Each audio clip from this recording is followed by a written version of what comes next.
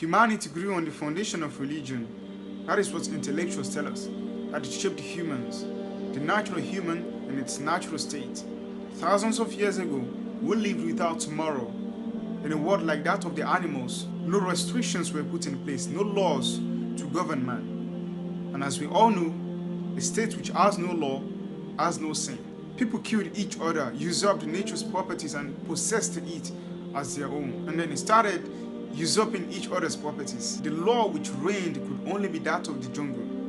That is to say, the survival of the fittest, the strongest men won. Just like the animals whose only goal was to fill their stomachs, and for this they battle themselves, and the one standing in the end wins the food. And that is why it is logical that there is a food chain in the animal world, also in the human world. We learned that this was how humanity looked like in the past before some intelligent individuals brought about a supreme being whose fear was cast into the heart of people in order to suppress the injustice that reigned. This was how religion was created. This was how God was created.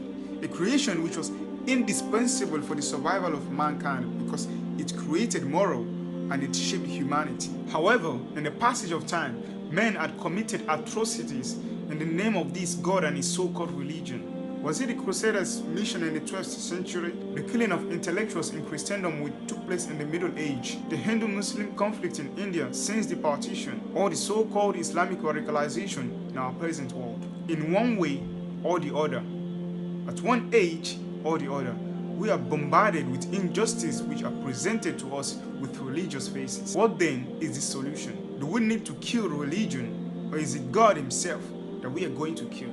It is very easy to blame all evil that comes our way on God, who, however, we believe doesn't exist.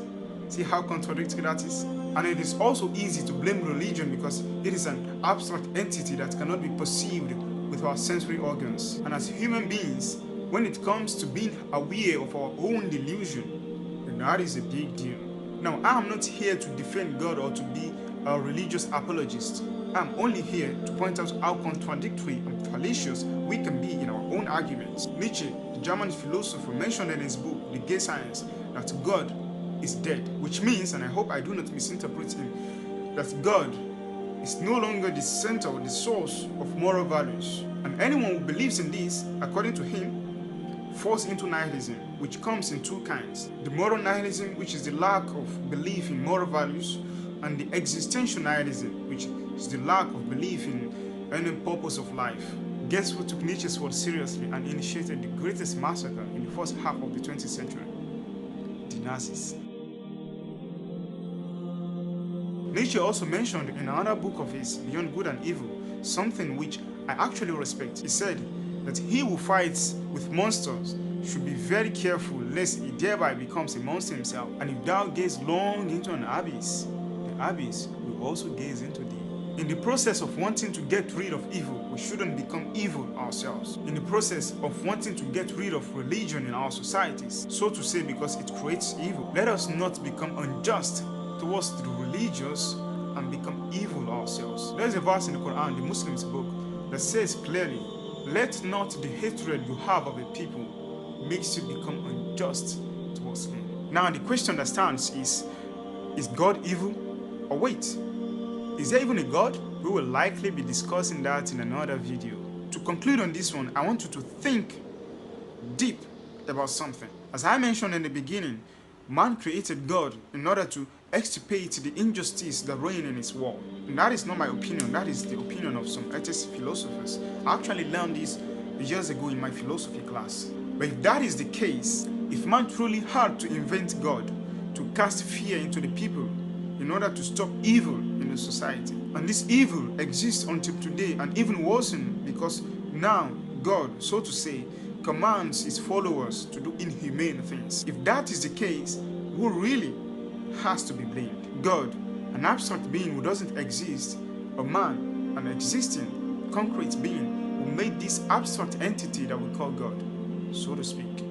thank you so much for sticking with me to the end. If you haven't subscribed yet, make sure you do so. I post videos on philosophy, motivation, and self-development every Sundays and Thursdays. So now is the time to announce my 50 subscribers giveaway winner. But before I do that, I want to thank every one of you that have subscribed to my channel, that are liking my videos and commenting on my videos. Thank you so much. We're now a family of almost 80 subscribers. I also want to let you know that the giveaway continues. This time we'll be having 2 giveaways. The first giveaway is going to the most active member of my channel at the end of February. The one who likes the most and comments the most and interacts the most in my channel at the end of February is going to get my book. And the second giveaway goes to a random person just like this one as soon as we get to 200 subscribers. So let's get the words out there. Share my videos, share my channels. If there's anything you want me to talk about, put it in the comment section. So let's see who get the intrinsic opportunity to take an intrinsic voyage into my intrinsic awareness. Can I say that? Forget about it. So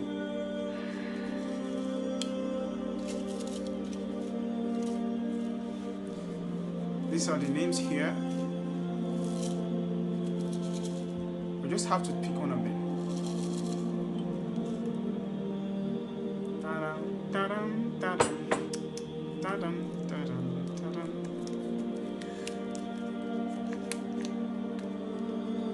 Ololade Al-Amin, you are the one who gets the intrinsic opportunity to take an intrinsic voyage into my intrinsic awareness.